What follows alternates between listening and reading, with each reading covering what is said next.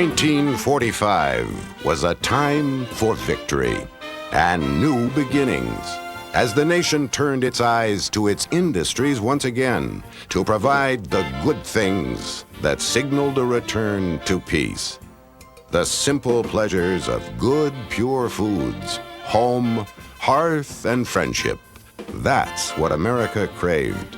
In 1945, the glass packaging industry formed the Glass Container Manufacturers Institute to study and improve the simple glass package that would contain just about every product a post-war economy could mass produce. The group was to serve North America for the next 50 years and beyond.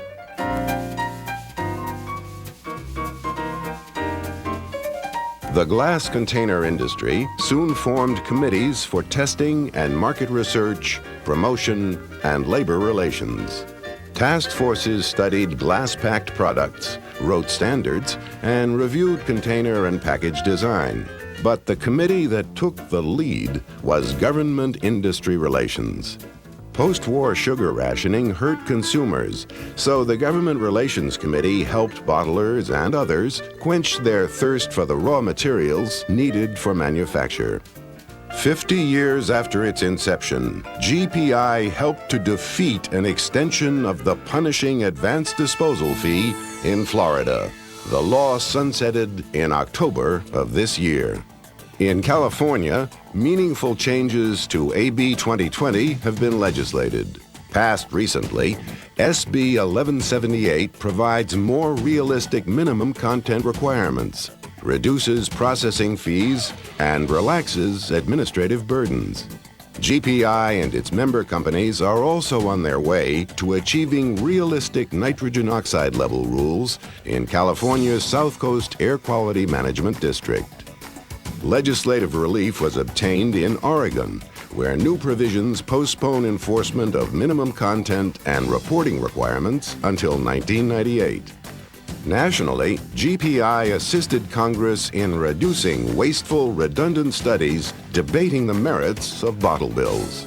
As a result, the Appropriations Committee reported that the fundamental conclusion of the review is that traditional bottle bills are not effective. GPI also looks beyond the immediate to a future where glass technology can help secure a greener tomorrow. In 1995, GPI produced an educational video along with teaching modules that can be used at the college level. Surface treatment and lightweighting, labeling, and strengthening techniques are explained to future packaging decision makers. At a National Geographic glass exhibit, GPI hosted a reception and published a glass container recycling fact sheet for all visitors. As it has from the beginning, GPI's close working relationship with its union labor force has created programs that get to the very heart of the matter, the consumer. This year's Nickel Solution used the results of consumer focus group studies in a national trade advertising campaign aimed at marketing and packaging managers. The Nickel Solution focused on the industry's impact on state and local economies through grassroots communication projects such as the Illinois Glass Plant Promotion Program. Materials developed by the Nickel Solution included radio public service announcements, posters, camera-ready newspaper ads, and buy-in glass point-of-purchase displays. Nickel Solution staff created a new Glass Awareness Committee Awards program, hosted regional seminars, and coordinated exhibits at trade shows and conferences. In 1945, glass packaging was a fixture in every popular magazine. 50 years later, the renewed interest in the high-impact image that only glass imparts has put glass in the forefront again.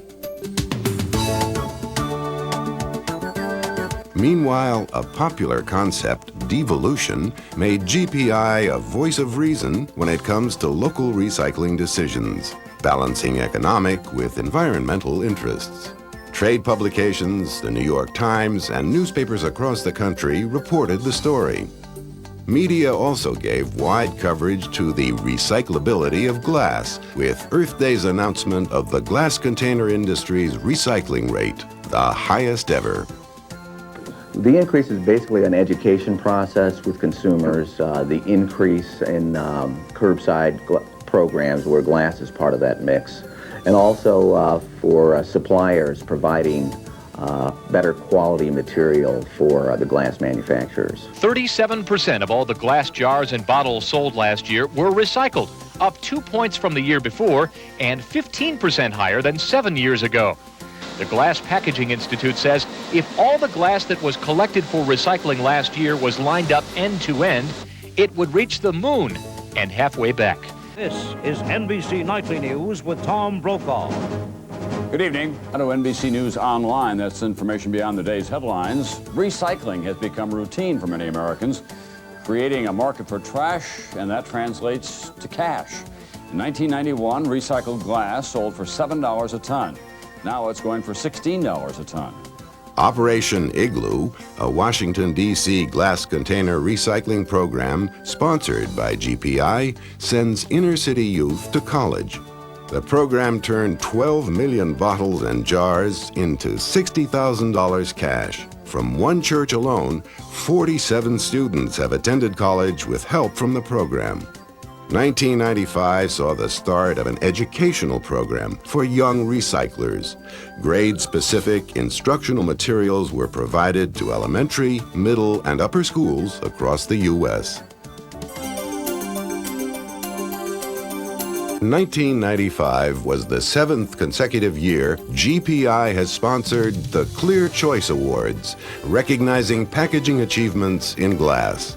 Package design firm specialists and packaging school instructors judged the more than 100 entries. Winners included Canada's Stanpack Incorporated for the Strauss Family Creamery's refillable milk container. It took the Environmental Awareness Award. Campbell Soup Company's Barilla Pasta Sauce took the New Product Food Award.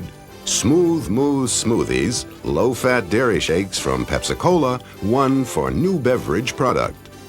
Sutter Home's White Zinfandel took the Mature Product Repositioning Award. In the prestigious package design category, Canadian Club's Classic Whiskey and Jack Daniel's Whiskey Bicentennial Decanter shared the honors.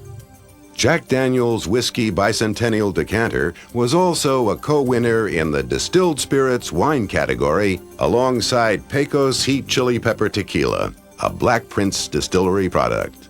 Visually arresting glass containers can boost sales and make for success story winners. In beverages, IBC Soft Drinks won with its proprietary bottle and a sales increase of more than 35%. Frito-Lay's Tostitos brand salsa was the food success story, with sales over 50% from the previous year. GPI produced 4 full-color ads promoting the positive qualities of glass that were identified during consumer focus groups. Consumers said that glass best conveys image and taste. Consumers told us products in glass appear cold and pure. The ads are running in major trade journals throughout the year. GPI used this 50th year to forecast the future. A future where glass literally holds everything. This direct mail brochure features products morphing into the perfect embodiment of packaging, glass. And through GPI, the industry now has another new way to communicate to marketing and packaging decision makers. GPI's own homepage on the World Wide Web offers current information on the glass container industry, a resource into the next century. As for the future, who really knows? What is clear is that glass products will forge their way into the future, as they have in the past, technologically, economically, and environmentally. The Glass Packaging Institute will continue to serve this industry, one that is rooted in that simple, timeless recipe: sand, soda ash, and limestone. Happy anniversary, GPI.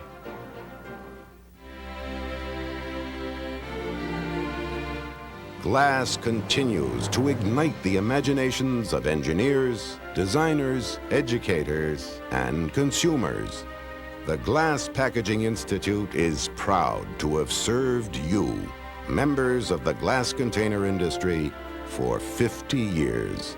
We'll be with you into the 21st century and beyond.